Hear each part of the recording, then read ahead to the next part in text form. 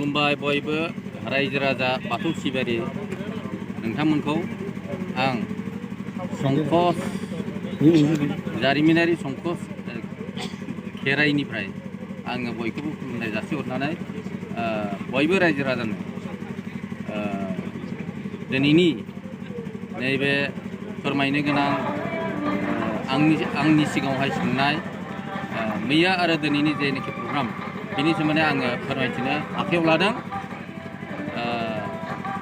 गुबुन गुबुन बोसोरनि बादि देग्लायबो गुथि संकस खेराइ जारिमिनारि संकस खेराइया देग्लायबो राम रामैनो जागासिनो दं, सोलिगासिनो दं।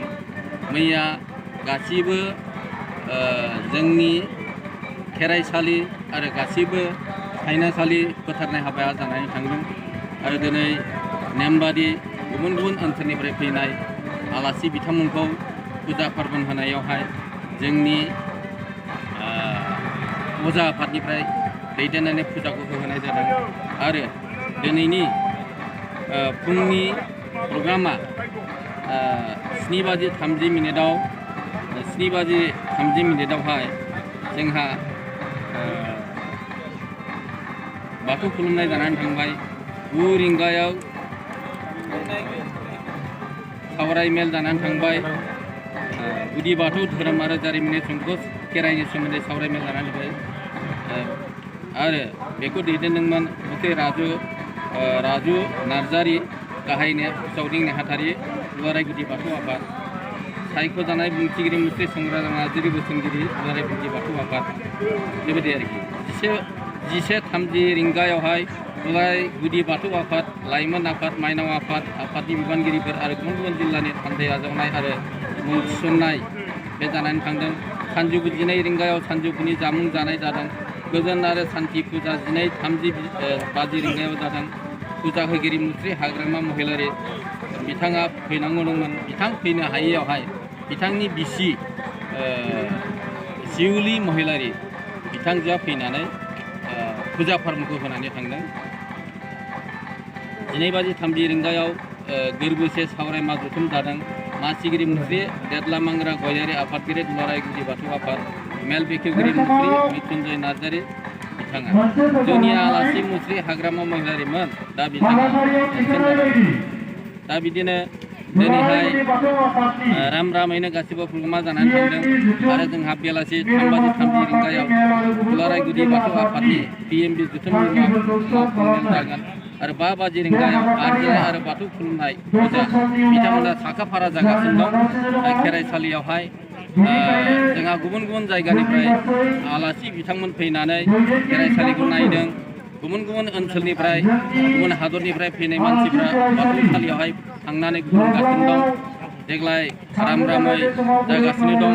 गुबुन गुबुन जायगानिफ्राय दावबायदों फैनानै सोंगासिनो दं देग्लाय मानो एसे सिरि जादों, मानो गोमा जादों होननानै बुंदों। खिन्थु आं बुंदों जागासिनो दं नेमबादि जोबोद देग्लायहाय रावजोंबो नांलाय खमलाय दावराव दावसि गैयाजासे समबादि नेमबादि जोंनि बे हाबाफारिया जानानै थांगोन। गाबोनबो जोंहा 17 फेब्रुवारियावहाय 7:30 बाजियावनो बाथौ खुलुमनाय जागोन। जिल्ला आफाद गसाइगाव जिल्ला आफाद गुदि बाथौ आफादानो खुलुमजेनगोन। दुलाराय गुदि बाथौ आफाद, लाइमोन आफाद आरो माइनाव आफाद बेबायदिनो 9 बाजियावहाय दुलाराय गुदि बाथौ आफादनि होगोन मुस्रि देदला मांग्रा गयारि बे फिरफिला बानायखाजोब्बाय, गाबोननि थाखायबो रेडि जाखाजोब्बाय।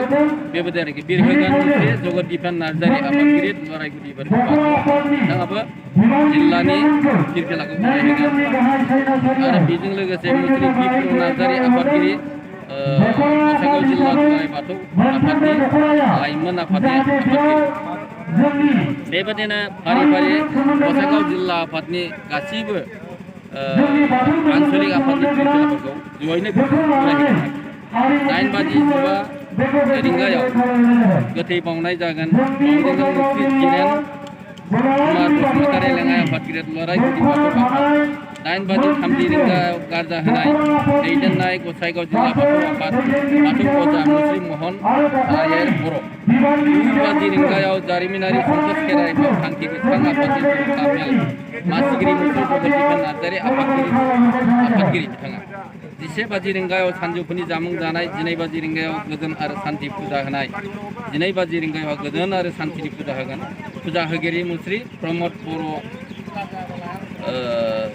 CM चिफ बिटिआरनि चिफ बिथाङा गोथार गोसोजों फैनानै फुजा होफैगोन बेबादिनो जागोन 12:30 रिंगायाव गेवलां मेल जागोन बे गेवलां मेलखौ मासिगिरि हिसाबै मुस्रि थेथला मंगरा गयारि बिथाङा दैदेनगोन मेल बेखेवगिरि मुस्रि अखिल मुसाहारि EM बिटिआर अराय बिबुंथियाव होगोन मुस्रि कामाख्या प्रसाद मुसाहारि मासिगिरि बानजाय आफाद गाहाय आलासि मुस्रि प्रमद बर' CM बिटिआर जुनिया आलासि गाहाय आलासिया मानगोनां सारानो आरो बिथांनि उनावहाय माननि आलासि हिसाबै फैगोन Nilu Thargayari EM BTR Shri Rewrew Narzihary EM BTR Shri Wilson Hasda EM BTR Shri Jiron Basumatary MLA BTR Shri Somnath Narzary central UPPL secretary सायख'जानाय बुंथिगिरि doctor Barhungkha Mushahary associate department of philosophy Kokrajhar doctor Bipul Chandra Basumatary assistant professor commerce Kokrajhar doctor Bardoi Sila Narzary assistant professor department of history Serfanguri माननि आलासि हिसाबै फैबावगोन सभाराम बसुमतारी एक्स-इमाम BTC आरो सासे दंबावो श्री जेतमाल माल' ससियेल वार्कार सायख'नाय दा बेबादिनो रायजो राजा बयखौबो